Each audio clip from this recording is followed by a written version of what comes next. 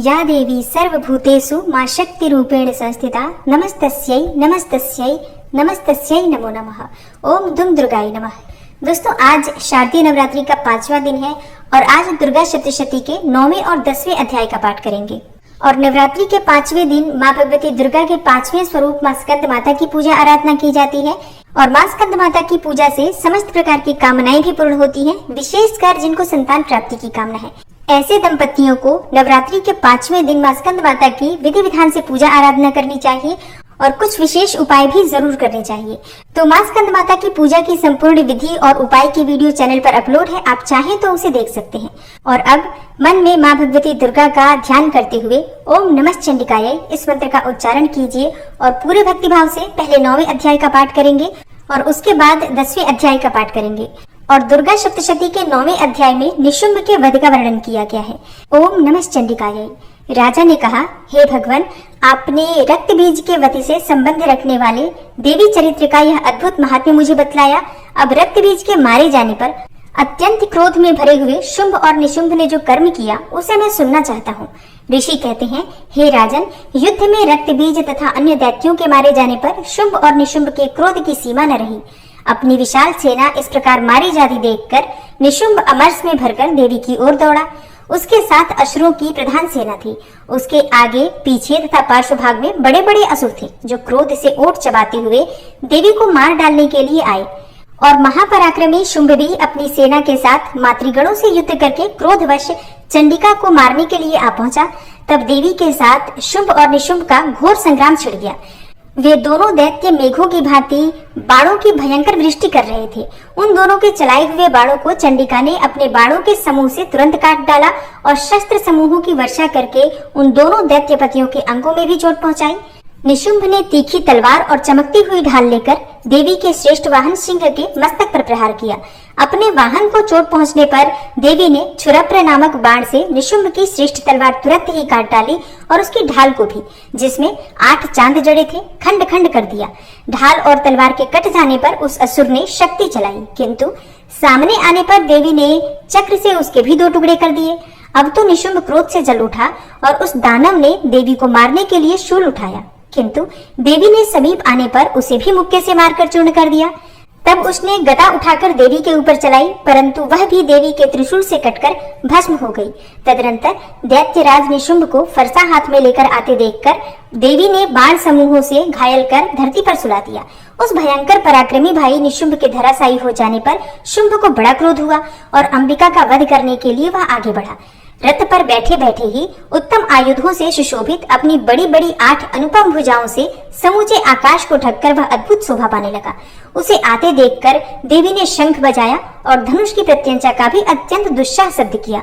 साथ ही अपने घंटे के शब्द से जो समस्त दैत्य सैनिकों का तेज नष्ट करने वाला था, संपूर्ण दिशाओं को व्याप्त कर दिया। तदनंतर सिंह ने भी अपनी दहाड़ से, जिसे सुनकर बड़े बड़े गजराजों का महान मदचूर हो जाता था, आकाश, पृथ्वी और 10 दिशाओं को गुंजा दिया। फिर काली ने आकाश में उछलकर अपने दोनों हाथों से पृथ्वी पर आघात किया। उससे ऐसा भयंकर शब्द हुआ जिससे पहले के सभी शब्द शांत हो गए। तत्पश्चात शिवदूती ने दैत्यों के लिए अमंगलजनक अट्टहास किया। इन शब्दों को सुनकर समस्त असुर थर्रा उठे, किंतु शुंभ को बड़ा क्रोध हुआ। उस समय देवी ने जब शुंभ को लक्ष्य करके कहा, ओ दुरात्मन, खड़ा रह, खड़ा रह, तभी आकाश में खड़े हुए देवता बोल उठे, जय हो, जय हो। शुंभ ने वहां आकर ज्वालाओं से युक्त अत्यंत भयानक शक्ति चलाई। अग्निमय पर्वत के समान आती हुई उस शक्ति को देवी ने बड़े भारी लूके से दूर हटा दिया। तब उस समय शुंभ के सिंहनाद से तीनों लोग गूंज उठे। हे राजन, उसकी प्रतिध्वनि से वज्रपात के समान भयानक शब्द हुआ, जिसने अन्य सब शब्दों को जीत लिया। शुंभ के चलाए हुए बाणों के देवी ने और देवी के चलाए हुए बाणों के शुंभ ने अपने भयंकर बाणों द्वारा सैकड़ों और हजारों टुकड़े कर दिए। तब क्रोध में भरी हुई चंडिका ने शुंभ को सूल से मारा। इसके आघात से मूर्छित हो वह पृथ्वी पर गिर पड़ा। इतने में ही निशुंभ को चेतना हुई और उसने धनुष हाथ में लेकर बाणों द्वारा देवी, काली तथा सिंह को घायल कर डाला। फिर उस दैत्यराज ने 10,000 बाहें बनाकर चक्रों के प्रहार से चंडिका को आच्छादित कर दिया। तब दुर्गम पीड़ा का नाश करने वाली भगवती दुर्गा ने कुपित होकर अपने बाणों से उन चक्रों तथा बाणों को काट गिराया। यह देखकर निशुंभ दैत्य सेना के साथ चंडिका का वध करने के लिए हाथ में गदा ले बड़े वेग से दौड़ा। उसके आते ही चंडी ने तीखी धार वाली तलवार से उसकी गदा को शीघ्र ही काट डाला। तब उसने शूल हाथ में ले लिया। देवताओं को पीड़ा देने वाले निशुंभ को शूल हाथ में लिए आते देख चंडिका ने वेग से चलाए हुए अपने शूल से उसकी छाती छेद डाली। शूल से विदीर्ण हो जाने पर उसकी छाती से एक दूसरा महाबली एवं महापराक्रमी पुरुष खड़ी रह कहता हुआ निकला। उस निकलते हुए पुरुष की बात सुनकर देवी ठठाकर हंस पड़ी और खड्ग से उन्होंने उसका मस्तक काट डाला। फिर तो वह पृथ्वी पर गिर पड़ा और तदनंतर सिंह अपनी दाढ़ों से असुरों की गर्दन कुचलकर खाने लगा। बड़ा ही भयंकर दृश्य था। उधर काली तथा शिवदूती ने भी अन्यान्य दैत्यों का भक्षण करना आरंभ कर दिया। कौमारी की शक्ति से विदीर्ण होकर कितने ही महादैत्य नष्ट हो गए। ब्रह्माणी के मंत्रपूत जल से निस्तेज होकर कितने ही भाग खड़े हुए। कितने ही दैत्य माहेश्वरी के त्रिशूल से छिन्न भिन्न हो धराशायी हो गए। वाराही के थुथुन के आघात से कितनों का पृथ्वी पर कचूबर निकल गया। वैष्णवी ने भी अपने चक्र से दानवों के टुकड़े टुकड़े कर डाले। ऐन्द्री के हाथ से छूटे हुए वज्र से भी कितने ही प्राणों से हाथ धो बैठे। कुछ असुर नष्ट हो गए, कुछ उस महायुद्ध से भाग गए तथा कितने ही काली शिवदूती तथा सिंह के ग्रास बन गए। ओम नमः चंडिकाय। इस प्रकार श्री मार्कंडेय पुराण में सावर्णिक मनवंतर की कथा के अंतर्गत देवी महात्म्य में निशुंभवध नामक 9वां अध्याय पूरा हुआ। और अब आप सुनेंगे 10वां अध्याय। 10वें अध्याय में शुंभ के वध का वर्णन किया गया है। ऋषि कहते हैं, हे राजन, अपने प्राणों के समान प्यारे भाई निशुंभ को मारा गया देखकर तथा सारी सेना का संहार होता जानकर शुंभ ने कुपित होकर कहा, दुष्ट दुर्गे, तू बल के अभिमान में आकर झूठ मूठ का घमंड न दिखा। तू बड़ी मानिनी बनी हुई है, किंतु दूसरी स्त्रियों के बल का सहारा लेकर लड़ती है। देवी बोली, ओ दुष्ट, मैं अकेली ही हूँ। इस संसार में मेरे सिवा दूसरी कौन है? देख, ये मेरी ही विभूतियां हैं, अतः मुझ में ही प्रवेश कर रही हैं। तदनंतर ब्रह्माणी आदि समस्त देवियां अंबिका देवी के शरीर में ही लीन हो गई। उस समय केवल अंबिका देवी ही रह गई। देवी बोली, मैं अपनी ऐश्वर्य शक्ति से अनेकों रूपों में यहाँ उपस्थित हुई थी। उन सभी रूपों को मैंने समेट लिया है और अब अकेली ही युद्ध में खड़ी हूँ। तुम भी स्थिर हो जाओ। ऋषि कहते हैं, तदनंतर देवी और शुंभ दोनों में सब देवताओं तथा दानवों के देखते देखते भयंकर युद्ध छिड़ गया। बाणों की वर्षा तथा तीखे शस्त्रों एवं दारुण अस्त्रों के प्रहार के कारण उन दोनों का युद्ध सब लोगों के लिए बड़ा भयानक प्रतीत हो रहा था। उस समय अंबिका देवी ने जो सैकड़ों दिव्य अस्त्र छोड़े, उन्हें दैत्यराज शुंभ ने उनके निवारक अस्त्रों द्वारा काट डाला। इसी प्रकार शुंभ ने भी जो दिव्य अस्त्र चलाए, उन्हें परमेश्वरी ने भयंकर हुंकार शब्द के उच्चारण आदि द्वारा खिलवाड़ में ही नष्ट कर डाला। तब उस असुर ने सैकड़ों बाणों से देवी को आच्छादित कर दिया। यह देखकर क्रोध में भरी हुई उन देवी ने भी बाण मारकर उसका धनुष काट डाला और धनुष कट जाने पर फिर दैत्यराज ने शक्ति हाथ में ले ली, किंतु देवी ने चक्र से उसके हाथ की शक्ति को भी काट गिराया। तत्पश्चात दैत्यों के स्वामी शुंभ ने 100 चांद वाली चमकती हुई ढाल और तलवार हाथ में लेकर उस समय देवी पर धावा किया।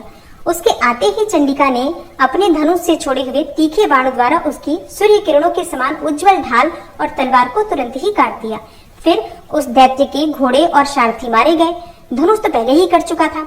अब उसने अंबिका को मारने के लिए उद्यत होकर भयंकर मुदगर हाथ में ले लिया। उसे आते देख देवी ने अपने तीक्ष्ण बाणों से उसका मुदगर भी काट डाला। तिस पर भी वह असुर मुक्का तानकर बड़े वेग से देवी की ओर झपटा। उस दैत्यराज ने देवी की छाती में मुक्का मारा। तब उन देवी ने भी उसकी छाती में एक चांटा जड़ दिया। देवी का थप्पड़ खाकर दैत्यराज शुंभ पृथ्वी पर गिर पड़ा, किंतु पुनः सहसा पूर्ववत उठकर खड़ा हो गया। फिर वह उछला और देवी को ऊपर ले जाकर आकाश में खड़ा हो गया। तब चंडिका आकाश में भी बिना किसी आधार के ही शुंभ के साथ युद्ध करने लगी। उस समय दैत्य और चंडिका आकाश में एक दूसरे से लड़ने लगे। उनका वह युद्ध पहले सिद्ध और मुनियों को विस्मय में डालने वाला हुआ। फिर अंबिका ने शुंभ के साथ बहुत देर तक युद्ध करने के पश्चात उसे उठाकर घुमाया और पृथ्वी पर पटक दिया। पटके जाने पर पृथ्वी पर आने के बाद वह दुष्टात्मा दैत्य पुनः चंडिका का वध करने के लिए उनकी ओर बड़े वेग से दौड़ा। तब समस्त दैत्यों के राजा शुंभ को अपनी ओर आते देखकर देवी ने त्रिशूल से उसकी छाती छेदकर उसे पृथ्वी पर गिरा दिया। देवी के शूल की धार से घायल होने पर उसके प्राण पखेरु उड़ गए और वह समुद्रों, द्वीपों तथा पर्वतों सहित समूची पृथ्वी को कंपाता हुआ पृथ्वी पर गिर पड़ा। तदनंतर उस दुरात्मा के मारे जाने पर संपूर्ण जगत प्रसन्न एवं पूर्ण स्वस्थ हो गया तथा आकाश स्वच्छ दिखाई देने लगा। पहले जो उत्पात सूचक मेघ और उल्कापात होते थे, वे सब शांत हो गए तथा उस दैत्य के मारे जाने पर नदियां भी ठीक मार्ग से बहने लगी। उस समय शुंभ की मृत्यु के बाद संपूर्ण देवताओं का हृदय हर्ष से भर गया और गंधर्वगण मधुर गीत गाने लगे। दूसरे गंधर्व बाजे बजाने लगे और अप्सराएं नाचने लगी। पवित्र वायु बहने लगी, सूर्य की प्रभा उत्तम हो गई, अग्निशाला की बुझी हुई आग अपने आप प्रज्वलित हो उठी तथा संपूर्ण दिशाओं के भयंकर शब्द शांत हो गए। ओम नमः चंडिकायै। इस प्रकार श्री मार्कंडेय पुराण में सावर्णिक मनवंतर की कथा के अंतर्गत देवी महात्म्य में शुंभवध नामक 10वां अध्याय पूरा हुआ। कल की कथा में आप सुनेंगे दुर्गा सप्तशती का 11वां अध्याय। दुर्गा सप्तशती का 11वां अध्याय बहुत महत्वपूर्ण होता है। देवताओं द्वारा इस पाठ में देवी की स्तुति की गई है और देवी द्वारा देवताओं को वरदान प्राप्त हुआ है, तो ये आप कल जरूर सुनिएगा। इस अध्याय को सुनने मात्र से ही माँ भगवती की कृपा और वरदान आपको प्राप्त होता है। दुर्गा सप्तशती का अगला अध्याय आप कल की कथा में सुनेंगे। उम्मीद करती हूँ आज की कथा आपको जरूर पसंद आई होगी। अच्छी लगी हो वीडियो तो लाइक जरूर कीजिए, और हाँ, आपके लाइक्स, आपके कमेंट्स मेरे लिए बहुत महत्वपूर्ण होते हैं, इसलिए वीडियो को लाइक जरूर किया कीजिए और ज्यादा से ज्यादा इस वीडियो को अपने फैमिली फ्रेंड्स के साथ शेयर कीजिए। चैनल पर पहली बार आए हैं, अगर अभी तक आपने चैनल को सब्सक्राइब नहीं किया है तो आज की वीडियो अगर आपको अच्छी लगे तो चैनल को सब्सक्राइब करके बेल आइकन को जरूर प्रेस कर लीजिए। इससे ये होगा कि इस चैनल पर जो भी नई वीडियो अपलोड होंगी उनकी नोटिफिकेशन आपको सही समय पर प्राप्त होगी। मिलती हूँ मैं आपसे अगली वीडियो में, तब तक के लिए नमस्कार।